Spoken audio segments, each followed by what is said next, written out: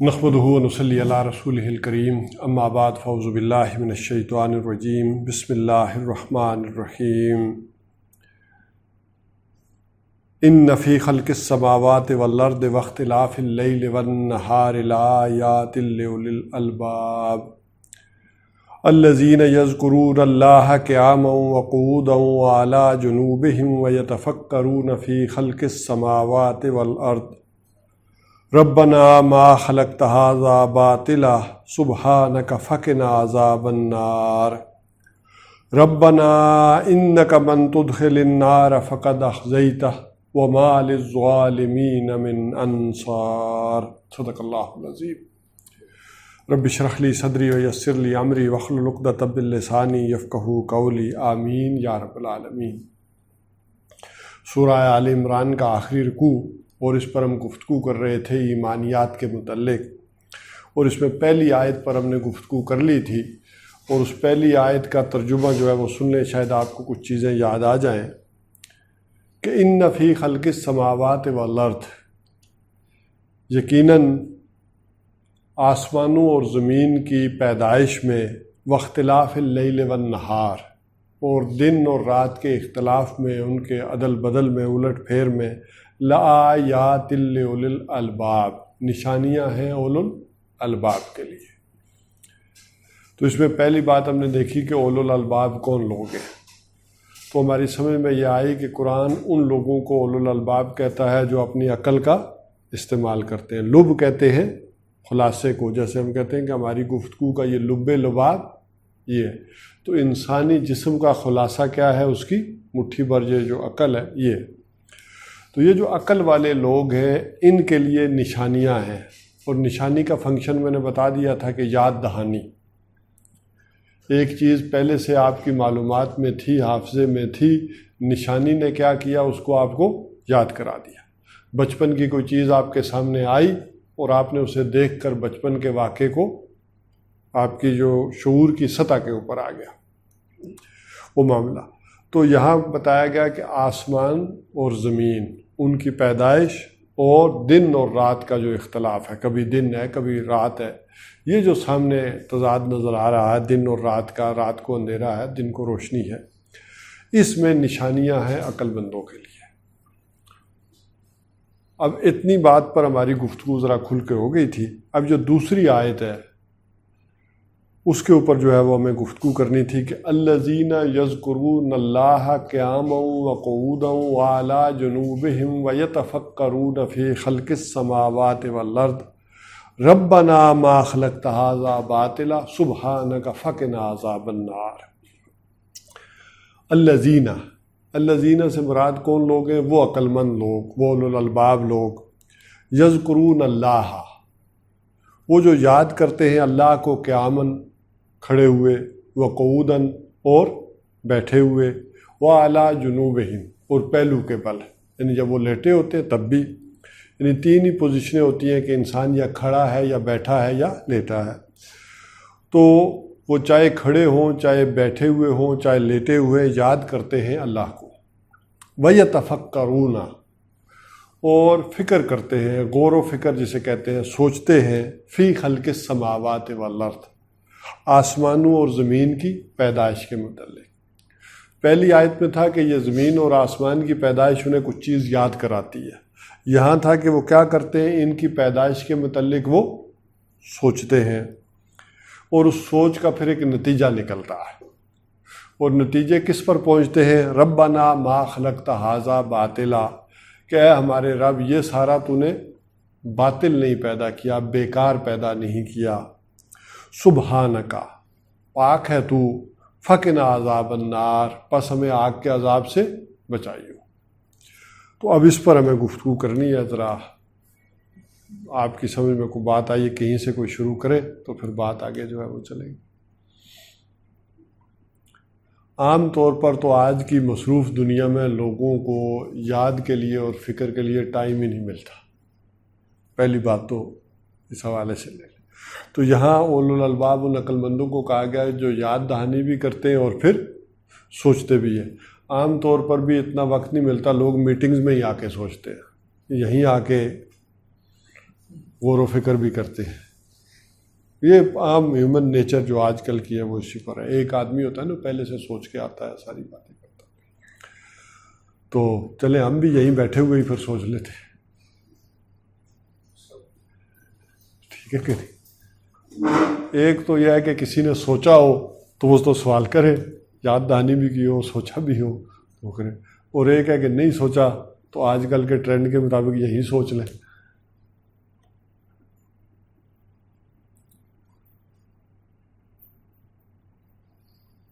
اس میں ایک بات ذرا ذہن میں رکھیں کہ جس کے اندر سوچ نہیں پیدا ہوئی وہ تو عافیت میں ہے.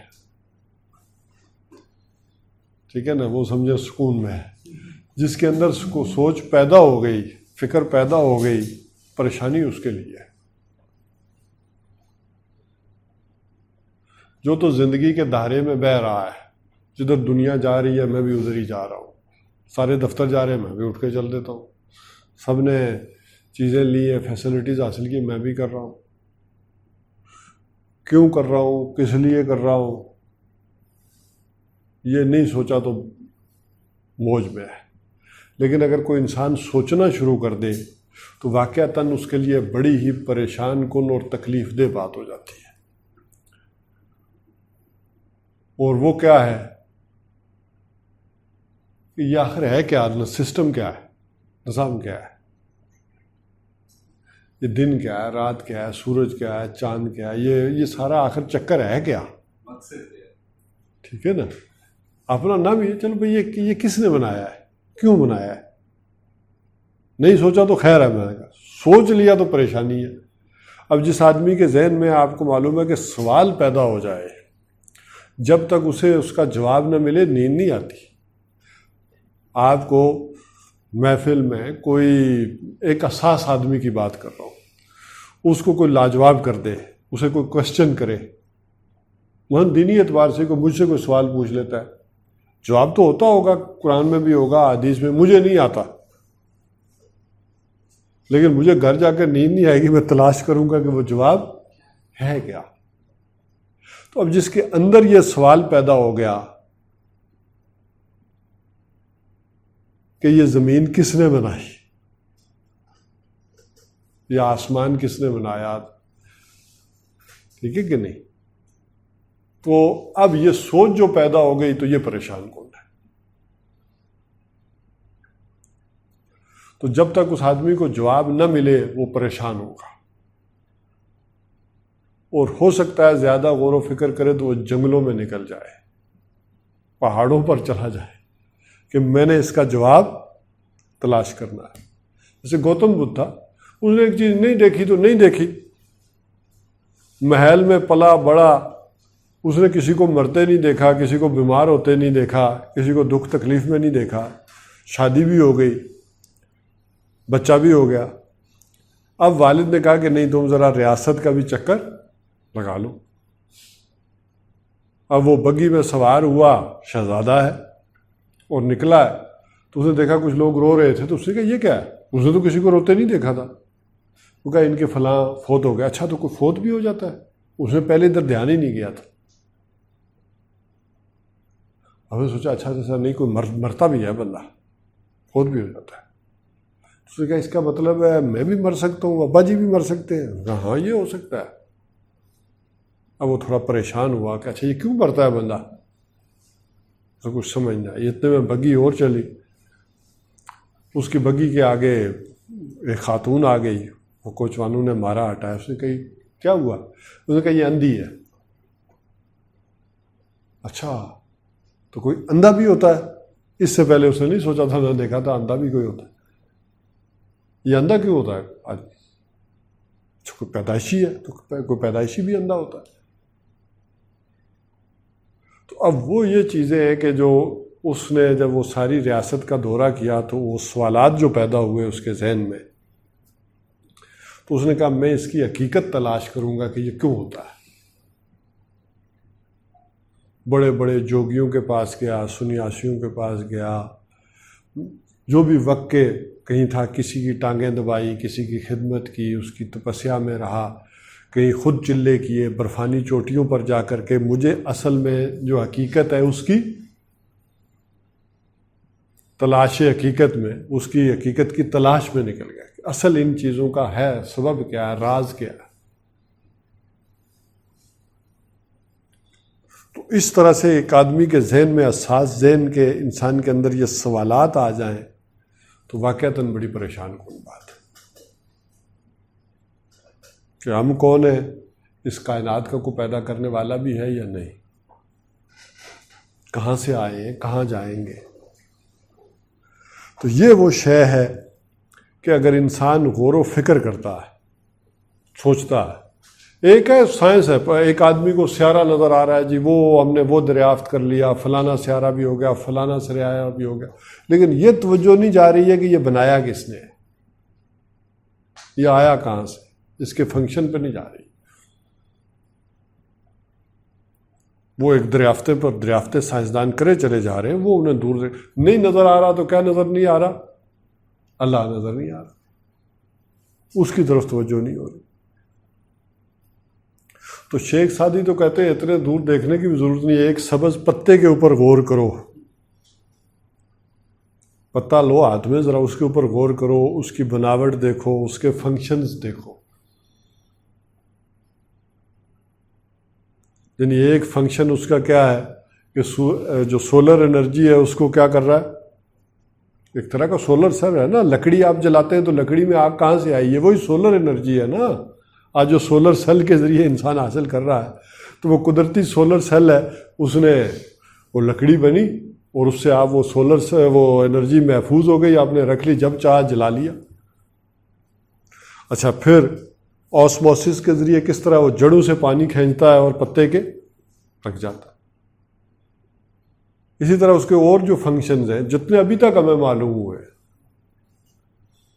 ہوا کے پھیپھڑوں کا کام دے رہا ہے، فلٹریشن ہو رہی ہے، کہیں رات کو وہ کاربن ڈائی آکسائڈ جو ہے وہ خارج کر رہا ہے اور آکسیجن لے رہا ہے، دن کو کیا کر رہا ہے، آکسیجن جو ہے وہ نکال رہا ہے اور کاربن ڈائی آکسائڈ اندر لے رہا ہے، تو کیا کر رہا ہے، ہوا کی فلٹریشن کر رہا ہے۔ تو ذرا ایک ایک چیز پر غور کرو، وہ کہتے ہیں تو صرف پتے کے اوپر غور کرے انسان تو انسان دھنگ رہ جائے گا کہ اس کے جو فنکشنز ہیں، بناوٹس ہے، جو چیزیں، کہ یہ آخر کس کی قدرت کاملہ ہے، کس کی حکمت بالغہ ہے جس نے اس پتے کو بنایا ہے۔ سولر سیل تو ایک فنکشن کرے گا نا، یہ تو کئی فنکشن کر رہا ہے۔ سولر سیل ہوا تو نہیں نا صاف کر رہا، بلکہ اس کو کوئی آلودہ ہی کر رہا ہوگا۔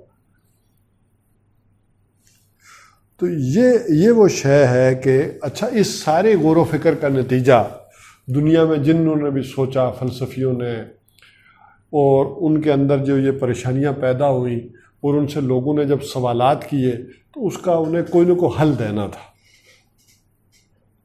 لہذا ہر مذہب کے اندر اس کے جوابات دیے گئے۔ ہندو مائتھالوجی میں کیا ہوا کہ یہ رام کی لیلا ہے،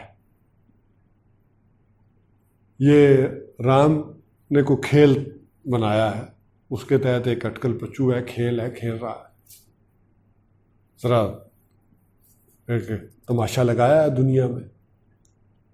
تو یونانی مائتھالوجی میں کیا ہے کہ یہ کائنات جن دیوتاؤں نے بنائی ہے وہ اوپر پہاڑوں پر جیسے ہوتا ہے چوٹی پر وہ دیکھ رہے ہیں، اور نیچے انسان کو دکھ میں، تکلیف میں دیکھتے ہوئے انجوائے کرتے ہیں، ہر طرح کے لوگوں کو مصائب میں دیکھ کر، جیسا کہ ہمارے بادشاہ لوگ کرتے ہیں۔ اس وقت یونان میں تھا کہ بھوکے شیر کے سامنے کسی قیدی کو ڈال دیا، سزا یافتہ آدمی کو ڈال، وہ شیر بھوکا چھوڑتے ہیں، وہ اسے چیرتا پھاڑتا ہے آتا ہے، تو وہ اس سے کیا کرتے ہیں، انجوائے کرتے ہیں۔ تو یہ ہے کائنات۔ اب اپنی اس سوچ کے مطابق یہ ساری چیزیں انہوں نے سوچی اور لوگوں کو مطمئن کرنے کی کوشش کی۔ اچھا، اس میں دو چیزیں ذرا دیکھیں کہ آئی ہے، ایک ہے یذکرون اللہ اور ایک ہے ویتفکرون، ایک ہے ذکر اور ایک ہے فکر۔ ہمارے ہاں یہ دو چیزیں علیحدہ ہو گئی ہیں، جو لوگ ذکر کرتے ہیں وہ فکر نہیں کرتے، اور جو فکر کرتے ہیں وہ ذکر نہیں کرتے، یہ دو چیزیں علیحدہ۔ یہ مولانا روم ہوں، علامہ اقبال ہوں، انہوں نے کہا ہے کہ نہیں، یہ سلوک قرآن کا جو راستہ ہے اس گاڑی کے یہ دو پہیے ہیں، ذکر بھی اور فکر بھی۔ اب کچھ لوگ ہوں گے، آپ نے دیکھا ہوگا تسبیحوں میں بھی ذکر کر رہے ہیں، تلاوت بھی کر رہے ہیں، یہ تلاوت بھی کیا ذکر ہے نا، لیکن وہ سوچتے کبھی نہیں کہ اس دنیا کا نظام کیا ہوگا، حل کیا ہوگا، ہم کہاں سے آئے ہیں، جانا کہاں ہوگا، انجام کیا ہے، ہم نے کرنا کیا ہے، یہ نہیں سوچنے کو تیار، ہاں ذکر کر رہے ہیں۔ اچھا جو سوچ رہے ہیں ان کا ذکر سے کوئی، وہ کالم پہ کالم آ رہے ہیں، یہ ہونا چاہیے جی، یہ ہونا چاہیے جی، یہ نظام یوں ہونا چاہیے، دنیا بھر میں ایسا یہ سسٹم ہوا۔ اب ہمارا پاکستان جو پھنس گیا ہے پرابلم میں، اس کی یہ وجوہات ہیں، یہ حل ہیں۔ اچھا یہ جتنے بھی لوگ ہوں گے ذکر سے ان کا کوئی تعلق نہیں، جبکہ مولانا روم اور علامہ اقبال کہتے ہیں کہ اگر انسان کی سوچ رک جائے، اسے کچھ سمجھ نہ آئے، تو اسے کیا کرنا چاہیے؟ ذکر کرنا چاہیے، اور ذکر کے بعد پھر کیا کرنا چاہیے؟ فکر کرنا چاہیے، پھر سوچنا چاہیے، اس کا حل نکلتا چلا جائے گا کہ ذکر کرو اور فکر کرو، فکر کرو اور ذکر کرو۔ یہ دونوں چیزیں جب چلاؤ گے تو پھر تمہاری گاڑی آگے سوچ کی، ذہن کی گاڑی، اولو الالباب جن کے اندر دماغ ہے ان کی گاڑی آگے چلے گی، انہیں چیزیں سمجھ میں آئیں گی۔ وہ جب صبح تلاوت کریں گے تو انہیں ان کے مسائل اور چیزوں کا حل معلوم ہوگا، کہیں نہ کہیں انہیں اندازہ ہو جائے گا کہ ہمیں کیا کرنا چاہیے۔ وہ واقعات قرآن کے انہیں گویا کہ اپنی ایگزامپل رکھیں گے، ان کے ساتھ جو ہو رہا ہوگا وہ اس کے اندر گویا کہ ان کے لیے وہ مثال ہوگی، یہاں تک کہ اچھا اس کی بنیادی بات کیا ہے وہ سمجھیں، جو پہلی آیت میں کی گئی اس کو اس سے تعلق جوڑیں۔ ایک کہتے ہیں جیسے الجھی ہوئی ڈور ہوتی ہے، تو الجھی ہوئی ڈور کو آپ سلجھانے کی کوشش کریں تو وہ مزید الجھ جاتی ہے، لیکن اگر آپ کے پاس سرا ہاتھ آ جائے تو، ڈور کا کنارہ ہاتھ آ جائے، سرا ہاتھ آ جائے، اب ڈور کو سلجھانا آسان ہے۔ تو یہ کائنات کی گتھی جو ہے، یہ جس قدر الجھی ہوئی ہے، آپ سوچیں گے، غور کریں گے تو انسان کا دماغ پھٹ سکتا ہے، سمجھ نہیں آ سکتی۔ لیکن اگر انسان اللہ کو مان لے، اب یہ گویا کہ وہ ڈور کا وہ سرا ہے اللہ پر ایمان لانا، جو اس سارے کائنات کی گتھیوں کو کیا کرے گا؟ سلجھا دے گا۔ اور اس کے لیے وہ لوگ کیا کرتے ہیں؟ ذکر کرتے ہیں، اللہ سے ایک تعلق رکھتے ہیں، وہ لیٹے ہوئے بھی، وہ بیٹھے ہوئے بھی، وہ کھڑے بھی اللہ کا ذکر کرتے ہیں۔ وَيَتَفَكَّرُونَ، اور پھر فکر کرتے ہیں کس بارے میں؟ فی خلق السماوات والارض، وہاں ذرا براڈر کنسپٹ دیا گیا نا، آسمان اور زمین کے، پھر ہر چیز کے بارے میں وہ پھر فکر کرتے ہیں کہ اس کا فنکشن کیا ہے، کیوں ہے، کس وجہ سے ہے۔ ان کے اندر ایک جلن پیدا ہو رہی ہے، ایک کڑن پیدا ہو رہی ہے، ایک افسوس ہو رہا ہے، یہ فلاں آدمی نے میرے ساتھ کیا کر دیا، فلاں نے دھوکہ دے دیا، فلاں نے بے وفائی کر دی، فلاں نے میرے پیسے مار لیے، فلاں نے چکر کر دیا، تو کیوں کر رہی ہے بھی کوئی پوچھنے والا کہ نہیں؟ تو یہ روزمرہ زندگی میں جو ان کے ساتھ ہو رہا ہے، جب اس پر غور و فکر کرتے ہیں تو اور ذکر کرتے ہیں تو انہیں ان چیزوں کا حل ملتا ہے۔ ان کے اندر پھر یہ کائنات کا یہ محدود تصور نہیں رہتا، چیزوں کو بالکل وہ لمیٹڈ نہیں لیتے۔ اچھا اس کو بڑے پیمانے پر دیکھیں تو کیا ہو جائے گا؟ الذین یذکرون اللہ قیاما وقعودا وعلی جنوبہم ویتفکرون فی خلق السماوات والارض، اور وہ لوگ جو اولو الالباب ہیں، عقل مند لوگ ہیں، سمجھدار لوگ ہیں، وہ اللہ کو یاد کرتے ہیں کھڑے، بیٹھے اور لیٹے، اور ویتفکرون، اور پھر فکر کرتے ہیں، سوچتے ہیں، فی خلق السماوات والارض، آسمانوں اور زمین کی پیدائش میں، تو ایک نتیجہ پھر نکلتا ہے، ربنا ما خلقت ھذا باطلا، کہ پروردگار یہ سارا تو نے بیکار پیدا نہیں کیا، بے مقصد پیدا نہیں کیا۔ باطلا ہوتا ہے نا حق کے مقابلے میں، ہر وہ شے حق ہے جو پرپسفل ہے، ہر وہ شے جو پرپسفل نہیں ہے وہ باطل ہے، بیکار ہے۔ ہر وہ شے جو موجود ہے حق ہے، ہر وہ شے جو موجود نہیں ہے باطل ہے، سراب ہے، دھوکہ۔ اسی طرح اگر دائروں میں لے آئیں تو ہر شے جو اخلاقاً واجب ہے حق ہے، اور ہر شے جو اخلاقاً واجب نہیں ہے انسان کے اوپر باطل ہے۔ ہر وہ شے جو عقلاً مسلم ہے، عقل کے دائرے میں آتی ہو اور عقل میں اس کا کوئی حل ہی نہ نکلتا ہو تو باطل ہے، جھوٹ ہے۔ ایک آدمی کہے کہ جیسے عقلی بات ہوگی کہ یہ 2 گلاس یہ ہیں، 2 یہ 4 ہوتے ہیں، اور کوئی کہے یہ نہیں یہ 5 ہیں یا یہ 10 ہیں، تو یہ کیا ہے؟ باطل ہے، جھوٹ ہے، یہ ہو نہیں سکتا، پاسبل نہیں۔ تو ہر شے جو عقل انسانی اس کے دائرے کے اندر آتی ہے، اس کے رزلٹ کے طور پر جو چیزیں ہونی چاہیے، اگر اس طرح سے نہیں ہے تو اس کا مطلب ہے جھوٹ ہے، باطل ہے۔ تو بہرحال یہاں ایک بات جو کہی جا رہی ہے کہ یہ سارا کچھ جو اللہ نے پیدا کیا ہے وہ بیکار نہیں ہے، بے مقصد نہیں ہے۔ یہاں گھاس کا ایک تنکا بھی بے مقصد نہیں ہے، یہاں سانپ اور بچھو بھی بے مقصد ہے۔ تو اب جب اس کا نتیجہ نکلا تو سبحانک، اے اللہ تو پاک ہے۔ کس چیز سے پاک ہے؟ کہ تیرے بارے میں ایسا گھٹیا تصور کیا جائے کہ یہ تو نے کھیل رچایا، یہ کوئی تماشا لگایا، یہ کوئی ڈرامہ ہے۔ تیری ذات کے بارے میں ایسا گھٹیا تصور کرنا کہ یہ کوئی رام کی لیلا ہے یا اٹکل پچو ہے یا دیوی دیوتاؤں کے یا تماشے کی جگہ ہے، سبحان، تو پاک ہے اس سے۔ تیرے بارے میں ایسی بات سوچی بھی جائے یا گھٹیا تصور کیا جائے یہ تو نے کھیل رچایا۔ اللہ تعالیٰ نے کہا کہ کچھ لوگ کہتے ہیں دنیا میں کہ یہ میں نے کھیل رچایا، تو اللہ نے کہا یہ میں نے کھیل نہیں رچایا۔ اگر ہمیں کوئی کھیل ہی کھیلنا ہوتا تو ہم اپنے پاس کچھ کر لیتے، اس کے لیے اتنا بڑا کھیل بول لینے کی کوئی ضرورت نہیں تھی۔ تو اس حوالے سے تو اب جب تو نے کھیل نہیں رچایا، یہ سارا کچھ بامقصد ہے، یہاں گھاس کا تنکا بھی جو ہے وہ بیکار نہیں ہے، تو کیسے ممکن ہے کہ میں بے مقصد ہوں، میرا کوئی عمل بے مقصد ہو؟ یہ ممکن نہیں ہے۔ جب یہ ساری کائنات پرپز فل ہے، میرے سارے کام بھی پرپز فل ہے، تو کیا ہے؟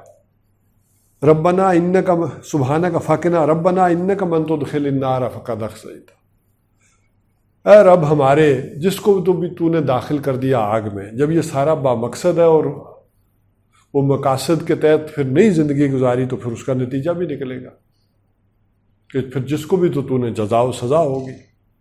جب اس نے کچھ ٹارگٹ دیے ہیں، کچھ معاملہ کہا ہے، تو اگر نہیں کرے گا تو پھر کیا ہوگا؟ اگر اس نے اس کو بے مقصد دنیا کو سمجھا، بے مقصد چیزوں کو سمجھا، اپنی زندگی کو، اپنے اعمال کو، اس کائنات کو بھی کھیل تماشا سمجھا، تو پھر تو کیا ہوگا؟ ربنا انک من تدخل النار فقد اخزیتہ، رب ہمارے جس کو تو نے داخل کر دیا آگ میں، پھر اسے رسوا کر دیا۔ وما للظالمین من انصار، اور پھر ظالموں کا کوئی مددگار نہ ہوگا۔ تو اس آیت پر میں چاہ رہا تھا کہ آپ کو بات چیت کریں، گفتگو کریں، چلیں میں نے زیادہ کر دی ہے۔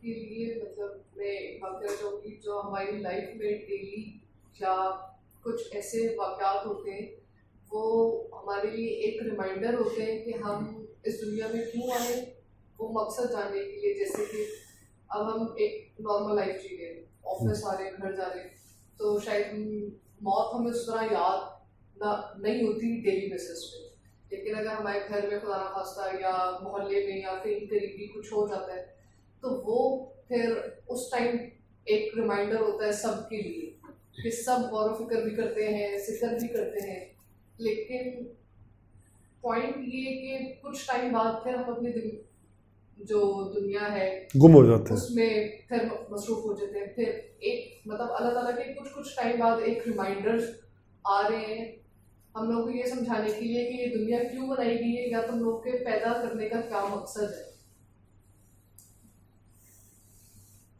اصل میں وہی جو علامہ اقبال نے بات کہی تھی نا کہ کافر کی یہ پہچان کہ آفاق میں گم ہے، وہ کائنات کی ان چیزوں میں کھو گیا ہے، گم ہے، چاہے وہ ریسرچز میں ہے، چاہے جابز میں ہے، چاہے جس چیز میں ہے۔ مومن کی یہ پہچان کہ آفاق ہیں گم اس میں، کہ مومن کا معاملہ تو یہ ہو جائے کہ ان ساری چیزوں کو وہ ریلیٹ کر دیتا ہے اللہ سے، کہ ما اصاب من مصیبت الا باذن اللہ، کہ نہیں بھی کوئی آتی مگر اللہ کے حکم سے۔ جو چیز بھی میرے اوپر پڑتی ہے، سرزد ہوتی ہے، جو بھی واقعات ہو رہے ہیں اس دنیا میں، کوئی چیز اس نے اتفاق نہیں ہے، نہ کوئی علل ٹپ ہے۔ اگر اہل ایمان کا معاملہ ہوگا تو وہ یہ سمجھے گا کوئی اس نے اتفاق نہیں، کوئی علل ٹپ نہیں، یہ تو اللہ تعالیٰ کی گریٹر پلاننگ کے تحت یہ ساری چیزیں ہو رہی ہیں۔ میں بات آپ سے کاٹ رہا ہوں کہ جو میں نے مطلب خود سیکھی اپنے لیے، ہم نے خود یا میں نے اپنے لاشعور میں یا سن کے نا بٹھا لیا ہے کہ ذکر جو ہے نا اللہ کا، وہ آپ بس کرتے جاؤ، اللہ پہ چھوڑ دو۔ اس کی وجہ سے میں ہوں نا، تو میں نے بہت ساری چیزیں جو آپ کہہ رہے ہیں ہمیں سوچنا چاہیے، اللہ تعالیٰ اتنی بڑی کائنات ہے، خود 10 مرتبہ 7 دفعہ شاید کہا قرآن میں، تو اس کو ایکسپلور کرو۔ ہم نے بس لاشعور میں بٹھا لیا ہے کہ ذکر کرتے جاؤ، اللہ پہ چھوڑتے جاؤ۔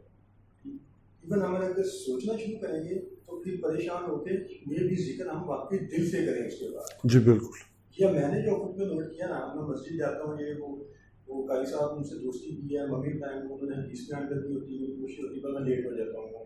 صبح کبھی جماعت جاتا ہوں نہیں جاتا، وہ جو پڑھتے ہیں آیت اس کا بتاتے ہیں، ڈیلی کو چیزیں میں سنتا ہوں، لیکن بس یہ ہم نے بٹھا لیا ہے کہ بس ذکر کرتے جاؤ، ٹینشن چھوڑ دو، سوچنا نہیں۔ مین وجہ یہ مجھے جو لگتا ہے، ایون اگر ہم سوچیں تو پھر ذکر کئی دفعہ میں نے نوٹ کیا ہے کہ میں کبھی کبھار کی بات پہ غور کر کے اگر بعد میں اگلی نماز میں اسلام لینے کے بعد میں بیٹھ کے ذکر کرتا ہوں تو زیادہ مزہ آتا ہے، یا سجدہ کرتا ہوں تو واقعی مزہ آتا ہے، لیکن پھر وہی کشمیر والی بات شام کو بالکل نہیں ہوتی۔ انسان ہے، اس کے اندر ملکڑ پن کا مادہ ہے ہی ہے، بھول جاتا ہے انسان۔ بلکہ انسان، بعض لوگوں کا کہنا یہ ہے کہ بنا ہی اسی سے، نسیان سے انسان، تو اسی لیے اس کو یہ جو سارا اللہ تعالیٰ نے یہ جو پروگرام دیا ہے پورے دن کا، وہ اس وجہ سے دیا کہ اسے یاد نہیں آئے، اور دن کا جو بڑا حصہ ہے اس کو دیکھیں کہ اس سے ذرا فارغ رکھا ہے، کہ صبح سے لے کر ظہر تک آپ وہ کر لیں، ذرا گم ہوں وہاں اگرچہ ہونا نہیں چاہیے، تو اگر گم بھی ہو گئے تو واپس آ جائے ظہر کے بعد۔ تو یہ اسی لیے یہ پروگرام ہے نماز کا بھی۔ ویسے بھی نماز کے لیے ایک بارے میں کیا، اقیم الصلاۃ لذکری، تو نماز کا بھی تو کوئی مقصد ہے نا، ایسے ہی تو نہیں ہے۔ میں خود پہ بتائی کرنا، آدھی سے زیادہ نماز میں ایسی پڑھی ہے، مطلب نماز ہے، فرض ہے، یہ ہے، لیکن اس کے ہمیں مجھے ایون شاید 70% نماز کا ترجمہ نہیں آتا۔ اس میں یہ ہے کہ آپ کا ایک فرض تو ادا ہو جاتا ہے، لیکن جو نماز کا فائدہ ہے وہ حاصل نہیں ہوتا۔ آپ نے ایسے ہی پڑھ لیا، چلے ٹھیک ہے، ایک کام کی ادائیگی ہو گئی، لیکن جو اس کے فائدے ہونے چاہیے تھے وہ نہیں ہوئے۔ تو اصل تو یہاں اللہ تعالیٰ یہ توجہ دلا رہے ہیں کہ اگر آپ چیزوں کے اوپر غور و فکر کریں گے، اپنے اوپر کریں گے، کائنات کے اوپر کریں گے، تو آپ بہرحال کسی نتیجے پر پہنچیں گے، اور پھر آپ کی لائف ساری کسی سیٹ پیٹرن کی طرف آئے گی۔ ورنہ وہ ہو رہا ہے جو دنیا میں ہو رہا ہے، آپ بھی کرتے چلے جاؤ گے، پھر کسی نے توجہ دلا دی تو آپ کو یاد آ جائے گی کہ غلط سائڈ پہ نکل آیا ہوں یا کر رہا ہوں، خود آپ شعوری طور پر پھر اس سے رکنے والے نہیں ہوں گے۔ پھر تو یہ ہوگا کہ جو بھی لہر بہہ رہی ہے اس میں آپ بھی بہہ جائیں گے۔ تو انسان، جو لوگ اس طرح کا شعوری طور پر اپنا لیں، اصل میں وہی پھر معاشرے کو لیڈ کرتے ہیں، لیڈرشپ انہی کے اندر پھر پیدا ہوتی ہے، وہ پھر فالوورز نہیں ہوتے۔ ایک بات میں ایڈ کرنا چاہوں گی کہ جیسے کہ کچھ لوگوں کو نماز پڑھنے میں مشکل ہوتی ہے، جیسے کہ نئی عادت ہوتی ہے کچھ لوگوں کو، یا گھر میں نہیں پڑھی جاتی، یا ان کو نئی عادت ہوئی ہوتی نماز پڑھنے کی، یا پھر اسی طرح اور ایسے معاملات ہیں جو کہ ہمیں منع کیے گئے ہیں لیکن وہ اب ڈیلی روٹین کا حصہ بن چکے ہیں۔ ایک سچویشن تو یہ ہے کہ آپ کو فکر ہی نہیں ہے اس چیز کی کہ آپ نماز نہیں پڑھ رہے یا آپ کوئی غلط کام کر رہے ہیں. اور ایک یہ ہے کہ کچھ لوگوں کے ساتھ یہ بھی ہوتا ہے کہ نماز پڑھنا چاہتے ہیں لیکن اس طرح کنٹینیو نہیں کر پاتے, پڑھتے ہیں پھر چھوڑ دیتے ہیں آن آف. یہ والا ایک نماز کا مجھے لگتا ہے کہ مسئلہ ہے کچھ لوگوں کے ساتھ کہ نماز اس طرح کنٹینیو نہیں کر پاتے.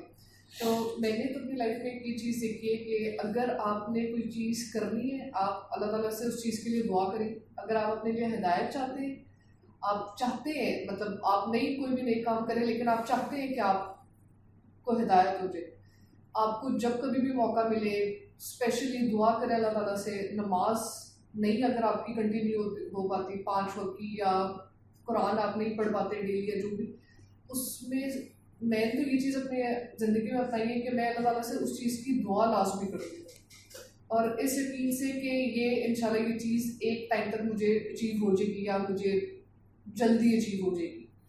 اور اس کے بعد میں نے یہ دیکھا ہے کہ آہستہ آہستہ چیزیں چینج ہوتی جاتی ہیں, اور ایک ٹائم کے بعد آ کے آپ ریئلائز کرتے ہیں کہ مطلب ہاں کہاں سے آپ چلے تھے اور اب آپ کہاں پہ آ گئے. تو مجھے لگتا ہے اس میں دعاؤں کا بہت زیادہ اثر ہے, اور بہت زیادہ مجھے لگتا ہے کہ ہمیں یوٹیلائز کرنی چاہیے یہ چیز اپنے دنیاوی اور دینی مقصد حاصل کرنے کے لیے. جیسے انہوں نے کہا نا کہ دعا کا اس میں عمل دخل بہت ہوتا ہے, لیکن ظاہر بات ہے کہ جو آدمی سوچے گا تو کرے گا نا, اسے پریشانی آئے گی تو کرے گا دعا اللہ سے. اور ان مسائل میں جب گرتا ہے تو آدمی دعا کرتا ہے اللہ سے کہ اللہ مجھے سمجھ نہیں آ رہی میں کیا کروں. اور اس غور و فکر کا ذرا اندازہ اس سے کریں, حضرت عمر رضی اللہ تعالیٰ عنہ کے جو بہنوئی تھے نا جن کو مار پڑی تھی قرآن پڑھنے پر, ان کے جو والد تھے زید, تو زمانہ جاہلیت میں خانہ کعبہ کے غلاف کو پکڑ کر کعبے سے ٹکرے مارتے تھے. اللہ مجھے پتہ ہے یہ بتوں شتوں پہ کچھ کوئی نہیں ہے, یہ ایسے ہی یہ ڈرامہ ہے, یہ جو کہہ رہے ہیں نا یہ کائنات یہ نہیں, یہ ڈرامہ ہے جو بت شت یہاں رکھے. لیکن اب مجھے پتہ نہیں کہ میں کروں کیا, اے اللہ مجھے بتا میں کیا کروں. اب ظاہر ہے ان کے پاس تو کوئی چیز نہیں تھی کہ جو ہدایت نامہ نہیں تھا, کوئی شے نہیں تھی, لیکن دعا کیا تھی, اللہ مجھے بتا میں کیا کروں. تو یہ اگر ذرا اندازہ کریں کہ ان کی زندگی میں حضور صلی اللہ علیہ وسلم اگر آ گئے ہوتے تو وہ 1 سیکنڈ لگاتے ایمان لانے میں اور عمل کرنے میں. جو حضور بتاتے, جو اللہ کے احکامات آتے وہ یوں کرتے وداؤٹ اینی کوشچن. کیوں؟ وہ غور و فکر کے نتیجے میں اس جگہ پر پہنچ چکے تھے. تو جب انسان غور و فکر کے نتیجے میں اس جگہ پر پہنچ جاتا ہے کہ اللہ تعالیٰ کو تسلیم کر لیتا ہے, واقعتاً اس کی عظمت کا اعتراف اسے جب ہو جاتا ہے, اب جب اس کا حکم کوئی اسے آتا ہے تو اسے لائٹ نہیں لیتا. اسی طرح وہ رابعہ بصری کہتی ہے نا کہ میرا دل چاہتا ہے کہ میں ایک لوٹا تھا پانی ہاتھ میں کہ اس سے چاہتی ہوں دوزخ کی آگ بجھا دوں, اور اس سے چاہتی ہوں جو آگ کا مٹھا تھا ہاتھ میں وہ مشعل تھی, اس سے جنت کو جلا دوں کہ لوگ اللہ کو یاد کریں صرف اس کے رب ہونے کے لیے. یہ ایک بلند تر سطح ہے, بڑی ہائر لیول کی. اور ظاہر ہے دنیا میں پھر لیڈ جیسے میں نے کہا پھر وہی لوگ کرتے ہیں. دیکھیں نا, جب آپ کو اپنے باس سے محبت ہو, والد سے محبت ہو, کسی بڑے سے ہو, تو آپ کبھی ایسا نہیں کرتے کہ یہ ناراض ہو, میں ایسا کام کروں کہ جس سے یہ ناراض ہو جائے. آپ کو یہ خیال رہتا ہے بہرحال. اور جو انہوں نے کام کہا ہوتا ہے وہ کوئی قرآن میں نہیں ہوتا, نہ کوئی حدیث میں ہوتا ہے, نہ کوئی فرض ہوتا ہے. آپ یہ چاہتے ہیں کہ وہ کام کریں, ایسا ہی ہوتا ہے نا جس سے محبت ہوتی ہے. تو اس لیول پر تو بندہ جاتا ہے تو پھر وہ دیکھتا ہے کہ اللہ کی خاطر میں کروں. اور یہ ساری چیزیں انسان کے اندر ان بلٹ ہیں کہ وہ کسی کی محبت کی خاطر کچھ بھی کر سکتا ہے. کیا لوگ خودکشیاں نہیں کرتے؟ نوجوان حضرات ایک دوسرے کی خاطر خودکشی کر لیتے ہیں نا. تو جذبہ اندر موجود ہے نا. وہ کہتا ہے میری شادی نہ ہوئی فلاں خاتون سے، یا فلاں لڑکی کہتی ہے میری شادی نہیں سے تو کیا کروں گی، زہر کھا لوں گی، مر جاؤں گی، کود جاؤں گی. تو یہ کیا بات ہوئی؟ تو اس کا مطلب ہے کوئی جذبہ تھا اندر. انسان چاہتا ہے کہ کسی کی خاطر مروں، کسی کی خاطر جیوں. یہ انسان کے اندر ہے کہ کسی کی خاطر زندگی گزاروں. یہ شیطان ہے جو اسے ڈائیورٹ کر دیتا. اصل میں وہ جذبہ کس کے لیے تھا؟ اللہ کے لیے. وہ جذبہ اندر رکھا گیا تھا کہ میں اللہ کے لیے جیوں، اللہ کے لیے مروں. شیطان نے اس کو فوکس کر دیا یہاں پر. تو اب جب تک اللہ تعالیٰ کی عظمت وہ آپ پر منکشف نہ ہو غور و فکر کے نتیجے میں، اور وہ کیسے ہوگی؟ اس کائنات کی حقیقتوں پر جب انسان غور کرتا ہے، چیزوں پر غور کرتا ہے، اپنے اوپر غور کرتا ہے، اپنے اندر جھانکتا ہے، تو جب اسے اللہ تعالیٰ کی عظمت نظر آتی ہے تو اب وہ اس کو اس عظیم مانتے ہوئے پھر کیا کرتا ہے؟ اپنے سر کو جھکا دیتا ہے، سرنڈر کر دیتا ہے. لیکن عام لوگ ظاہر بات کو نہیں سمجھتے. تو عام لوگوں کے لیے یہ ہوتا ہے کہ جب بات سمجھ نہ آ رہی ہو اور پھر زندگی کے کسی لیول پر سمجھ نہ آ رہی، ایک ایج میں سمجھ نہ آ رہی، کہتا ہے بندہ کہتا ہے بس سوالات مت پوچھو، یہ کرو اور یہ نہ کرو. یہ بھی ابتدائی سٹیج ہوتی ہے. جیسے آپ چھوٹے سے تھے تو آپ نے کوئی چھری وغیرہ گھر سے کچن سے اٹھا لی یا ماچس کی ڈبیا اٹھا لی. اچھا بچے کو بھی وہ بڑا شوق ہوتا ہے جو چیز اس کی اپروچ میں نہ ہو نا اس کو پانے کی کوشش کرتا ہے. تو چھری کہیں آپ کے ہاتھ لگ جائے تو آپ کی والدہ کیا کرتی ہے؟ آپ چیخیں، روئیں، چلائیں، پھر وہ چھری آپ کو نہیں دیتی کیونکہ آپ کو سمجھ نہیں. وہ انہیں پتا ہے کہ یہ گرے گا، چلنا ابھی اسے سیکھا نہیں ہے، اور تو گرے گا تو کیا کرے گا؟ اپنا نقصان کرے گا. چھری لگ جائے گی، اسے زخمی ہو جائے گا. اور یہ تیلی جلا کے خام خواہ کوئی پورا گھر ہی ہو سکتا ہے چلاتے، ہمیں بھی جلاتے، ابھی نادان ہے، ناسمجھ. لہذا ایک لیول تو وہ ہوتا ہے انسان کا، تو اس لیول پہ ہوتا ہے اگر یہ کرو گے تو یہ سزا ملے گی. پھر انسان اس لیول پر آتا ہے نا. والد صاحب بھی ڈانٹتے کرتے ہیں بھائی اسکول جاؤ، اسکول والے بھی کہتے ہیں کہ ہوم ورک نہ کیا تو سزا ملے گی. یہاں پر وہ ہے انسان جو ہم مطالعہ کر رہے ہیں، یہ ساری ان سٹیجز سے نکل کر جو انسان آ چکا، شعوری سطح پر آ چکا، یہ اس کی بات ہو رہی ہے، جو از خود اس نتیجے پر پہنچ چکا کہ اس کائنات کا کوئی خالق اور مالک ہے، اور اس کو اس سارے پروسیس میں ان ساری چیزوں نے ہیلپ آؤٹ کیا. ٹھیک ہے نا، کہ تو ذرا دیکھ مشرق سے ابھرتے ہوئے زمین دیکھ، فلک دیکھ، مشرق سے ابھرتے ہوئے سورج کو ذرا دیکھ. تو یہ انسان تدریجاً وہاں پہنچ جاتا ہے. اسی طرح محبت بھی تدریجاً ارتقا کرتے وہاں پہنچ جاتی ہے. یعنی آپ چھوٹے تھے، آپ کو سب سے زیادہ محبت کس سے تھی؟ اپنی امی سے تھی، پھر والد صاحب سے ہوئی، پھر اسی محبت میں دائرہ بڑھتا چلا جاتا ہے، بہن بھائیوں سے محبت ہوئی، پھر آپ کو اپنے وطن سے ہوئی، اپنی قوم سے ہوئی، ٹھیک ہے نا، قبیلے، اور ہوتے ہوتے وہ محبت بڑھتی چلی جاتی، یہاں تک کہ آپ جوان ہوئے، آپ کی محبت کہیں ایک جگہ مرتکز ہو گئی. صرف ایک باریک سا فرق رہ جاتا ہے وہاں، تھوڑا سا ایک چھلانگ اور لگانی ہوتی ہے تو انسان کی محبت پرے چلی جاتی ہے. لیکن اگر یہاں کسی سٹیج پر بھی رک گئی تو یہ گویا کہ پرابلم آ گئی. اب گویا ذکر کی ضرورت ہے تاکہ وہ ذکر تمہیں محبت میں بھی وہاں پہنچا دے، وہ ذکر تمہیں معرفت میں بھی وہاں پہنچا دے جو اس کی اصلی جگہ. ورنہ کہیں نہ کہیں پھر خودکشی کرو گے. تو انسان کا وہ تصور پھر محدود ہوتا چلا جاتا ہے. تو جتنی اس کی تو وہ جو تصور ہوگا وہ اونچا ہوگا تو اتنے ہی پھر اس کے اخلاق اور کردار میں بھی بڑا پن آئے گا.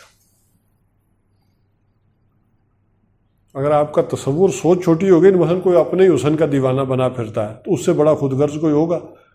اچھا، جس نے کہا میں اپنی قوم سے محبت کرتا ہوں تو اپنی قوم کے ساتھ بےایمانی نہیں کرے گا، لیکن دوسری قوم کے ساتھ تو کر لے گا نا. آپ کے F-16 کے پیسے کھا سکتا ہے، ٹھیک ہے. اسی طرح آپ کا briefcase New York airport پر بھی قائم ہو سکتا ہے، لیکن گورے کا نہیں ہو سکتا. قوم کا دائرہ ہو گیا نا، فیملی کا ہو گیا، خاندان کا ہو گیا. اچھا، کوئی آدمی ہو سکتا ہے پاکستان سے محبت کرتا ہو، دنیا سے نہ کرتا. دنیا کو ہو سکتا ہے مصیبت میں ڈال دے، پاکستان کو نہ ڈالے. تو وہ اب اس کا کردار بھی اس کی سوچ کے ساتھ رہے گا. اگر سوچ وہاں پہنچ گئی ہے تو اب اس کا کردار بھی کیا ہو جائے گا؟ آفاقی ہو جائے گا، وہ بھی بلند ہو جائے گا. وہ پھر وہاں بڑے نتیجے اخذ کرے گا، وہ دنیا کو لیڈ کرے گا. تو عرب قوم نے پوری دنیا کو، جو ایک ان پڑھ جاہل معاشرہ تھا، پوری دنیا کو لیڈ کیا تو ایسے ہی نہیں کیا. ان کی سوچ کہاں سے بنی؟ یہاں سے. دیکھیں نا، آخر وجہ تھی نا. آج اگر دنیا انہیں لیڈرشپ مانتی ہے اور کرتی ہے، دنیا میں جتنے بھی کورسز ہوتے ہیں، اور یہ اصل میں تو نقالی ہے نا. پریڈ ہو گئی، دوسری چیز ہو گئی، یہ کیا ہے؟ اچھا، وہ عظیم آدمی تھا، وہ یوں چلتا تھا، اب سب کو چلاؤ، شاید کہ یہ بن جائے.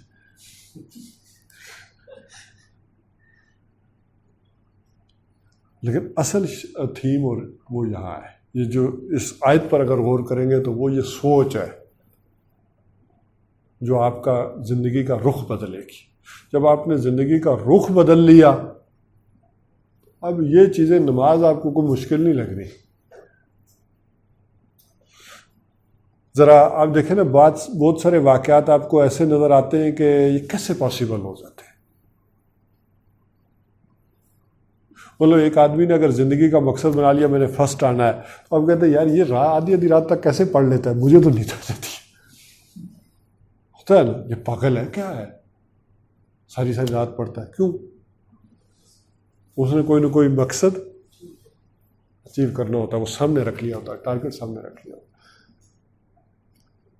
اب 2 بچے ہیں، انہوں نے ٹارگٹ معین کر لیا کہ جو مرضی ہو جائے ابو جہل کی گردن اڑانی ہے. اب وہ ایک بڑھ رہا ہے، اس کے تلوار یہاں لگی تو بازو لٹک گیا. یہ تندرا سا ساتھ جلد جو تھی، اسے دیکھا کہ یہ رکاوٹ بن رہی ہے میرے مقصد میں، تو اس نے پاؤں کے نیچے رکھ کے یوں جھٹکا دیا اور بازو اٹھا کے پھینک دی. تصور کریں یہ کر سکتا ہے آدمی؟ اپنے جسم کا ایک حصہ اٹھا کر پھینک دے. لیکن یہ ہوا نا. تو اس کے لیے نماز پڑھنی مشکل ہوگی.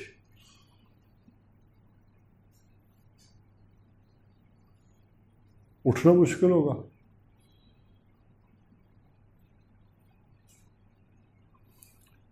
تو زندگی میں اپنی پرائرٹیز سیٹ کریں.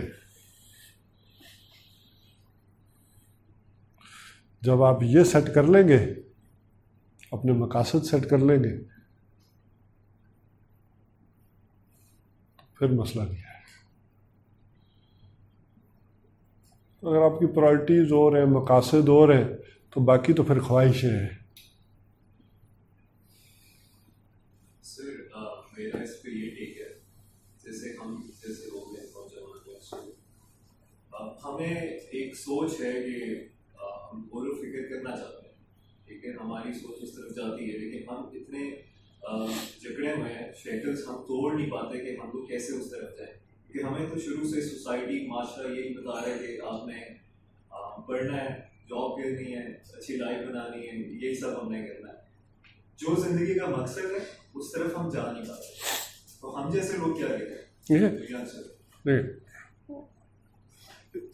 پہلے تو یہ بات سمجھیں کہ ایسا ہی ہوگا. نہ دنیا میں پھول کھلتے ہیں، نہ یہ سارے مسائل ختم ہو سکتے ہیں، پھر تو فرشتے ہوتے ہیں نا، نہ جذبات ہوتے ہیں، نہ ہمارے اندر کچھ طوفان برپا ہوتے، پھر تو کوئی آزمائش ہی نہیں تھی۔ اسی سب میں کرتے ہوئے اور یہ سارے چیزیں ساتھ رکھتے ہوئے وہاں سوچ تک جانا ہے۔ اچھا، انسان متشدد ہے، تشدد کا راستہ اپنانا بڑا آسان ہوتا ہے۔ آج نوکری چھوڑوں، سب کچھ چھوڑوں، نکلوں اور پہاڑوں میں گھوم، لیکن نہیں، جو دین ہمیں یہ بتاتا ہے، قرآن ہمیں بتاتا ہے کہ اسی سارے معاشرے میں، اسی میں کرتے ہوئے میرے ساتھ تعلق رکھنا ہے۔ اچھا، اس کو تھوڑا سا ذرا میں یوں ڈیفائن کر دیتا ہوں جو آپ نے کہا۔ ڈرائیونگ کرتے ہیں، شروع میں کیسے کرتے تھے؟ ڈرے بھی ہوئے ہوتے تھے، اور بریک لگی ہے یا نہیں لگی، تو گیئر کدھر گیا، ٹھیک ہے۔ اب آپ کیسے کرتے ہیں؟ آٹو پہ چلے گئے ہیں؟ اچھا، آپ ڈرائیونگ کرتے ہوئے باتیں بھی کر رہے ہیں؟ اچھا، وہ دیکھو وہ کیا ہو رہا ہے، وہ کیا ہو رہا ہے۔ اچھا، تم نے دیکھا گاڑی کا ایکسیڈنٹ تھا، وہ دیکھو وہ خاتون کیسے جا رہی ہے، وہ بچہ کیسے ہل رہا ہے، یہ، اور ساتھ ساتھ کیا کر رہے ہیں؟ گاڑی چلا رہے ہیں، کیونکہ آپ کا سارا ذہن کہاں کام کر رہا ہے؟ آٹو پہ چلا گیا، ہاں، وہ آٹو پہ سسٹم پہ ہو گیا۔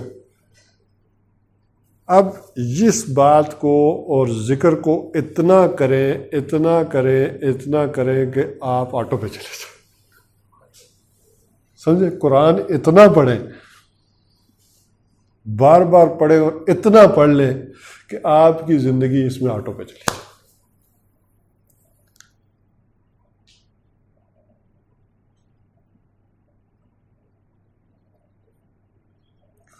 جس کو پنجابی میں کہتے ہیں ہاتھ کار ول تو دل یار ول، دل آدمی کا لگا ہوا ہے، یار کو کوئی بھی رکھ لے نا سامنے، اللہ ہی کو رکھ لے، تو دل تو آدمی کا وہاں لگا ہوا ہے، وہ ساری چیز کر رہا ہے، لیکن کیا کر رہا ہے؟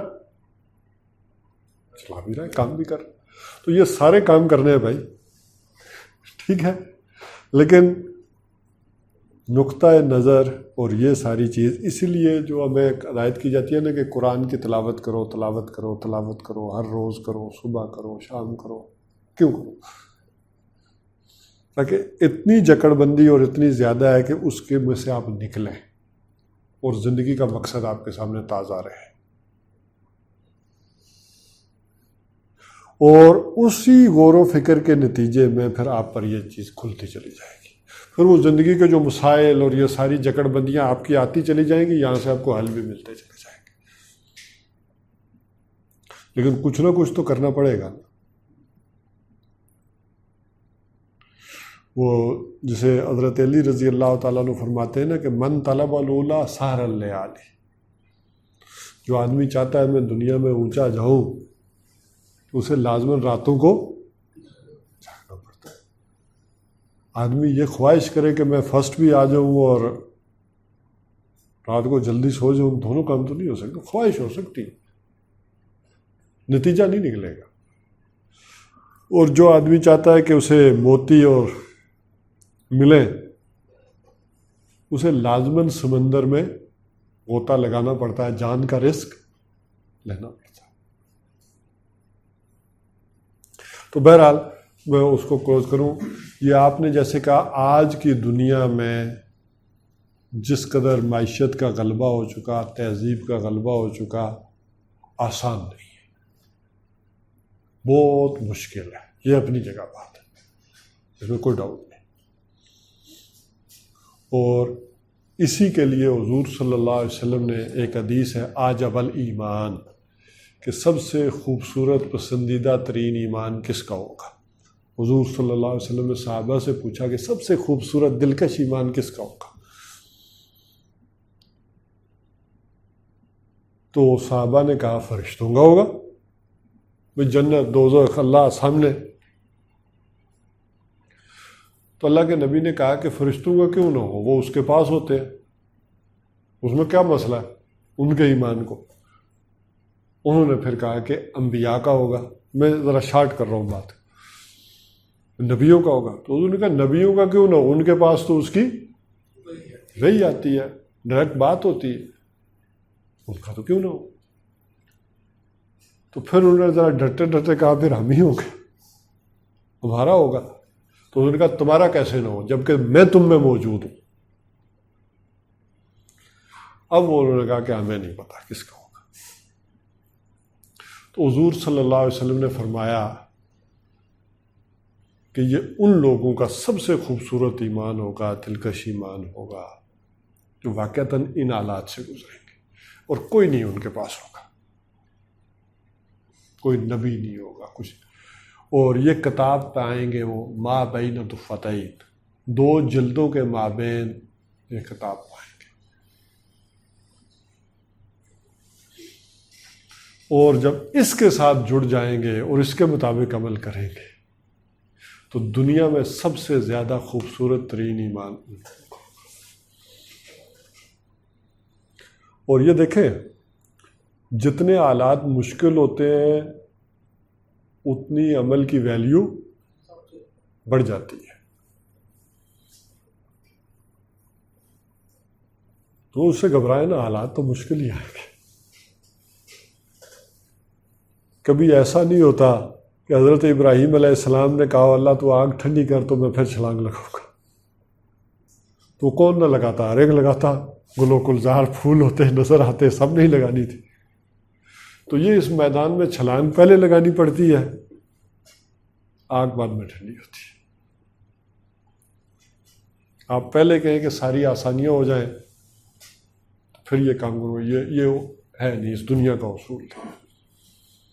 آپ جائیں گے، آپ کا مینٹل ہورائزن جب بڑھے گا، اب آپ کو یہ چیزیں معمولی لگیں گی، دنیا کے مسائل، دنیا کی چیزیں، دنیا کی تکالیف، یہ معمولی لگیں۔ اور یہ ضروری بھی نہیں ہے کہ کامیابیاں نہ ہو سکتا ہے بہت بڑی کامیابی بھی حاصل دنیا میں بھی ہوگی۔ ایسا تو نہیں ہے کہ آپ دین کی طرف آ گئے تو دنیا لٹ گئی، ہاں شروع میں ہو سکتا ہے لٹے بھی، لیکن اس ساری آزمائش سے نکلنا پڑتا ہے۔